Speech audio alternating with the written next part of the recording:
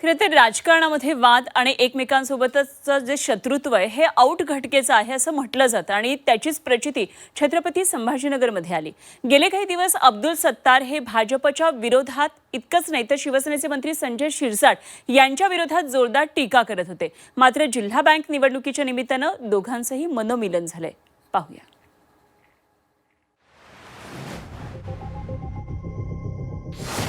सत्तार शिरसाट वाद संपुष्टात। जिल्हा बँकेपर्यंत एकाच कारनं प्रवास। वादानंतर दोघांचं हम साथ साथ है। पालकमंत्री महोदय भी होते, त्यांनाही विनंती केली की पालकमंत्री महोदय तुम्ही तुमची जबाबदारी पार पाडत नाही।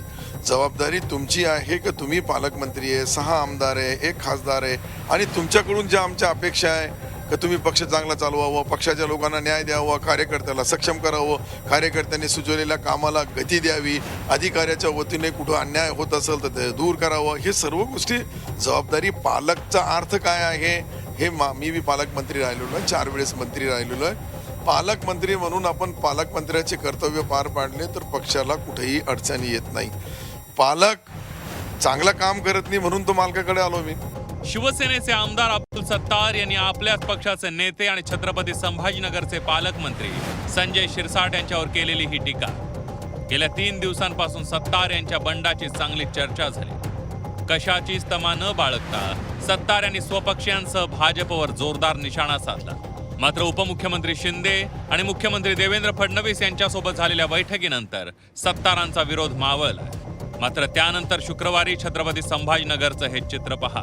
सत्तार शिरसाट यांचा हा एकाच कारमधून प्रवास पहा।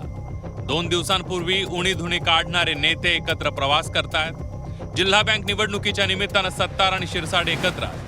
खासदार संदीपान भुमरे यांच्या कार्यालयात दोघेही एकत्र आले आणि आमच्यातला वाद संपला, मुळात वाद नव्हता असं सांगण्याचा प्रयत्न केला। 100% आमचे वाद मिटलेले, फक्त तुमच्याकडून काही वाद निर्माण होऊ नये याची दक्षता आम्ही बी घ्यायला पाहिजे, तुम्ही बी घ्यायला। अनेक महिन्यानंतर मला पालकमंत्री महोदयाच्या गाडीमध्ये बसण्याची संधी मिळाली। आम्हाला एकनाथ शिंदे साहेबांनी आदेश दिलेला आहे, 6 आमदार, 1 खासदार आणि सर्व मिळून एकत्रितपणे एकजुटीने या जिल्ह्यामध्ये काम करायचंय, पक्ष वाढवायचा, संघटना वाढवायची आणि कोणताही वाद तुमच्यात असला नाही पाहिजे हे त्यांनी सक्त सूचना आम्हाला सर्वांना दिलेल्या आहेत। म्हणून आज तुम्हाला जे चित्र पाहायला मिळतंय। महत्वाचं म्हणजे जिल्हा बँक निवडणुकीत शिवसेनेनं 20 संचालक पदांसाठी अर्ज भरला। यावेळी भाजप नेते आणि मंत्री अतुल सावेही उपस्थित होते।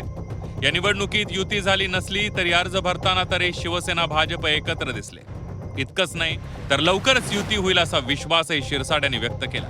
आम्ही ही निवडणूक महायुती म्हणूनच लढणार आहोत, त्यामध्ये कुठेही वाद होणार नाही याची काळजी तिन्ही पक्षाचे नेते घेतील। म्हणून आता तरी ही ग्रामीण भागाशी निगडीत असलेली दिवाळीची बँक असल्यामुळे यामध्ये कुणाचाही वाद होऊ नये अशी आमची सुद्धा अपेक्षा आहे। प्राथमिक चर्चा आताच नाही, आजचा फॉर्म भरल्यानंतर फॉर्म विड्रॉ करण्याच्या पूर्वी एक पहिली चर्चा होईल आणि फॉर्म विड्रॉ झाल्यानंतर मग बाकीच्या सुद्धा चर्चा। राजकारणात काहीही अशक्य नाही। एकमेकावर टीका करणारे पुन्हा एकत्र येतात आणि तेच छत्रपती संभाजीनगरमध्ये पाहायला मिळालं। त्यामुळे तुर्तास तरी वाद मिटल्याचं दिसतंय। मात्र संभाजीनगरचं राजकारण पाहता ही वादळापूर्वीची शांतता तर नाहीये ना असा सवाल उपस्थित होतोय। विशाल करोळे, झी 24 तास, छत्रपती संभाजीनगर।